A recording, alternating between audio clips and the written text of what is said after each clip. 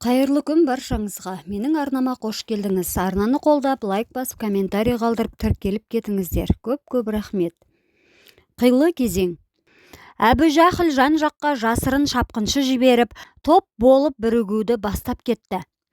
Әбдімүтәліптің кіндігінен тараған әулетпен және Мұхамбеттің ізіне ергендермен сауда жасауға тыйым салынды.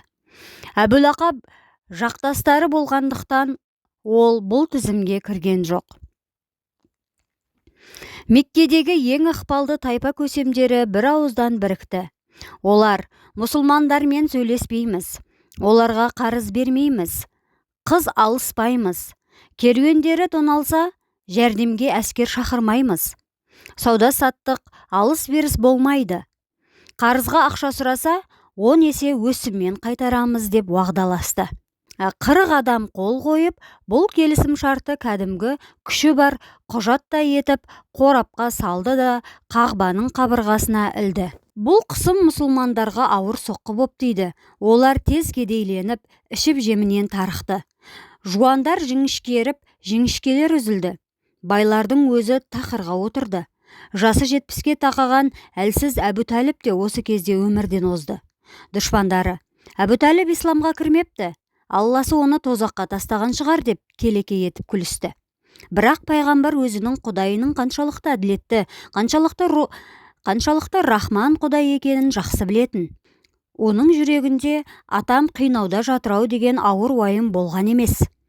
Атасының ақыр халін бір Алладан тіледі, жарылқа деп дұға етіп, досының тілегі үшін Алла оның ғажап емес жақсы қылса ақыр халін, бекерге иншалла тастамағай Расулға қанша қылған қызметтерін. Қаншама жыл өзіне пана болған, аялы алақанын аямаған, жетімдігін сездірмеген, ең қиын кезде мұны түтіп жеуге дайын тұрған, Меккенің шынжыр балақ шұбар төстерінің талауына тастамай, өзін қолдап шыққан, дін үшін қыспаққа түсіп, тамақтан тарылса да Мұхамбетке бұл қалай болды деп бір рет қабақ шытпаған асыл текті көкесі өмірден өткен кезде саялы бәйтерегі құлағандай болды. Құдайдың сынағы мұнымен бітпеді. Құлдарына жіберген елшісін тек қуанышпен емес, қайғымен де сынайтын жаратушы тағы бір қасіреттің төбесін көрсетті. Жан-жары Хадиша дәл осы кезде дертті болды. Оны сол кезде Мұхамбеттің тәуіпке қаратпақ түгіл ыстық сорпада беретін мұршасы жоқ еді.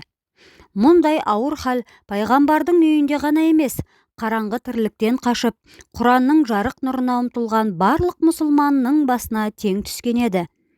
Меккедегі бай шонжарлардың ығынан шыға алмаған талай туысы Мұхамбеттің бұрынғы жақсылығын ұмытқан жоқ. Олар түн ортасында жасырын жолдармен пайғамбардың ізіне ергендерге ас ауқат әкеліп тастайтын. Сондай адал адамдардың бірі Хадишаның Әкім есімді жақын бауыры еді. Ол бір күні әпкесі мен жездесінің үйіне жарты қап ұн әкеле жатып, жолда Әбу Жахілге ұсталып қалады. Пайғамбардың бітіспес дұшпаны оған: қабыңды алда қайт үйіңе деді. Пайғамбардың қайнысы кері қайтпай ерегісіп тұрып алды. Сол кезде өтіп бара жатқан бейтаныс бір кісі: әпкесін қарап отырып аштан өлтіруі керек пе сонда деп әкімге болса кетті. Ерегістен төбелес шығып, сол жерде Әбу Жахіл тағы да таяқ жеп тынды. Қатал қыспақ 2 жылға созылды. Бірақ олар қасиетті айларда басқалармен бірге Қағбаға барып құлшылық ете беретін.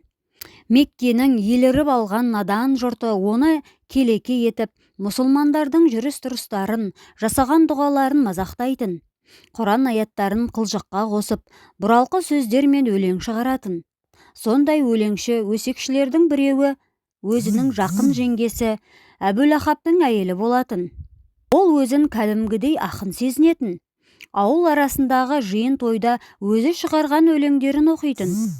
Көрші қолаңы өлеңдерін мақтаса, оған желпініп, масаттанып кетуші еді.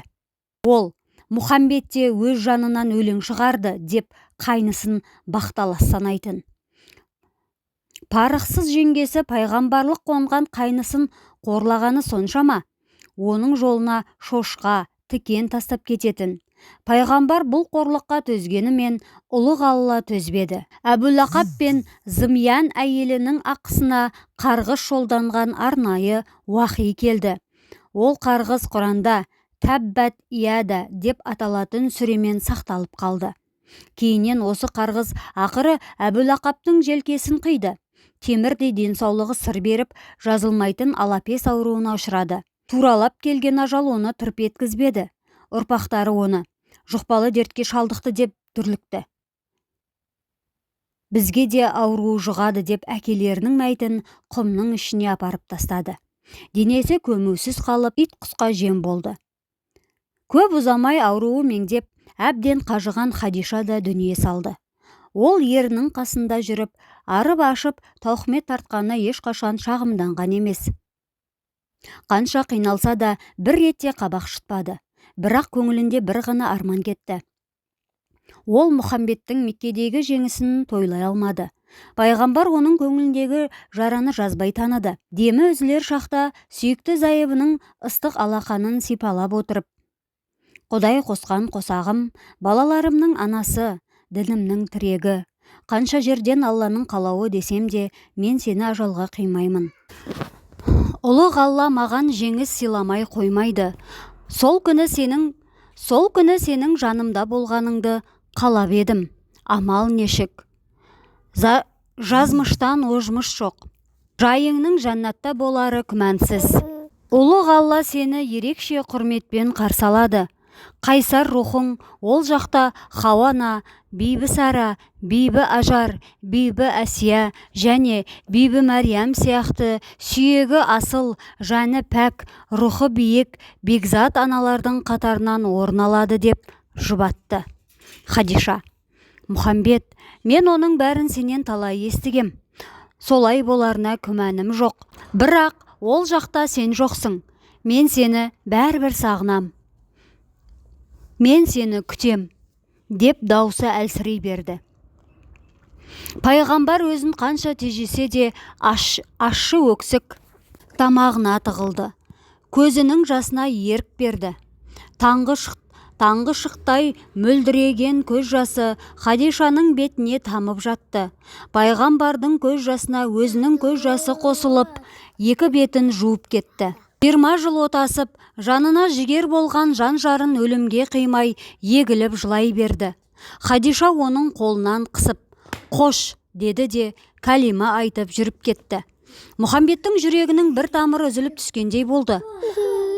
Аспан әлемінде періштелер жаппай аза тұтып, пайғамбардың қайғысына ортақтасты. Барларыңызға көп рахмет. Оқыған Перизат Әділқызы. Арнаны қолдап, лайк басып, комментарий қалдыруды ұмытпаңыздар. Алда қызықты әңгімелер күтіп тұр.